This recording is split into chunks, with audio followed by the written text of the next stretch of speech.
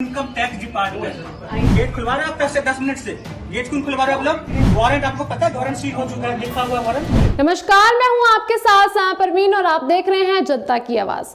दोस्तों, वो कहावत तो आपने सुनी ही होगी, जिसकी लाठी उसकी भैंस। अब आप सोच रहे होंगे कि मैं आपको ये कहावत क्यों सुना रही हूं, क्योंकि दोस्तों एक बात तो साफ हो गई है कि विपक्ष और जनता कितना भी चिल्ला ले, कुछ भी कर ले, लेकिन जिसकी हुकूमत है उसका कोई बाल भी बाका नहीं कर सकता। अब देखिए ना, देश में इन दिनों जहां संसद से लेकर बाजार तक अडानी के चर्चे हो रहे हैं, अडानी ग्रुप पर जहां जांच की मांग की जा रही है, लेकिन अडानी ग्रुप पर अब तक किसी भी संस्था ने कोई भी छापा नहीं मारा और ना ही हमारी मोदी सरकार ने अब तक कोई कार्रवाई की। और दोस्तों, करेगी भी क्यों?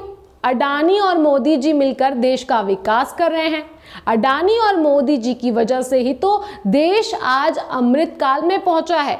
तो भला अडानी पर कार्रवाई कैसे हो सकती है? लेकिन दोस्तों, जो हुकूमत के खिलाफ बोलेगा, जो मोदी सरकार के खिलाफ बोलेगा, फिर वो चाहे विपक्ष हो या संस्था हो या फिर मीडिया, लट तो चलेगा उस पर, क्योंकि जिसकी लाठी उसकी भैंस। दोस्तों, साल 2002 में गुजरात दंगों पर लाई गई विवादित डॉक्यूमेंट्री की वजह से न्यूज संस्था बीबीसी पिछले कई दिनों से सुर्खियों में है, लेकिन अब बीबीसी के खिलाफ इनकम टैक्स की बड़ी कार्रवाई शुरू हो गई है। दोस्तों, इनकम टैक्स डिपार्टमेंट ने बीबीसी के दिल्ली और मुंबई स्थित दफ्तरों पर छापा मारा है। बीबीसी पर कथित कर चोरी और अंतर्राष्ट्रीय कर और टीडीएस लेन देन से संबंधित हेरफेर करने के आरोप में यह छापा मारा गया है।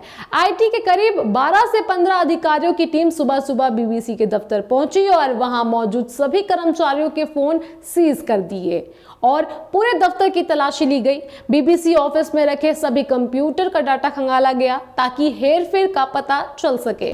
दोस्तों, चौंकिए मत, क्योंकि ये तो होना ही था। अब मोदी जी के खिलाफ आप डॉक्यूमेंट्री बनाओगे तो छापा तो पड़ना ही था। अब आप अडानी तो है नहीं जो आपको छोड़ दिया जाए। दोस्तों, ये वही बीबीसी है जिसने पिछले महीने 2002 के गुजरात दंगों को लेकर बीबीसी ने India the Modi question documentary बनाई थी। उस दौरान पीएम नरेंद्र मोदी गुजरात के मुख्यमंत्री थे। डॉक्यूमेंट्री में कई ऐसे सीन दिखाए गए थे जो पीएम नरेंद्र मोदी पर सवाल खड़े करते हैं। इसके बाद मोदी सरकार ने इस डॉक्यूमेंट्री को इंडिया में बैन कर दिया। सारे सोशल साइट से लिंक हटा दिए गए।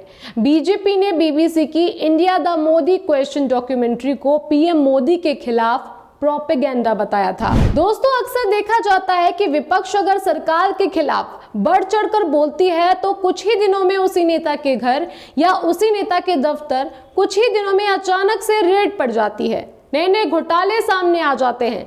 लेकिन दोस्तों, हिंडनबर्ग की इतनी बड़ी रिपोर्ट आने के बाद भी हमारे देश की किसी भी संस्था ने अडानी ग्रुप के किसी भी कंपनी में झांकने तक नहीं गई।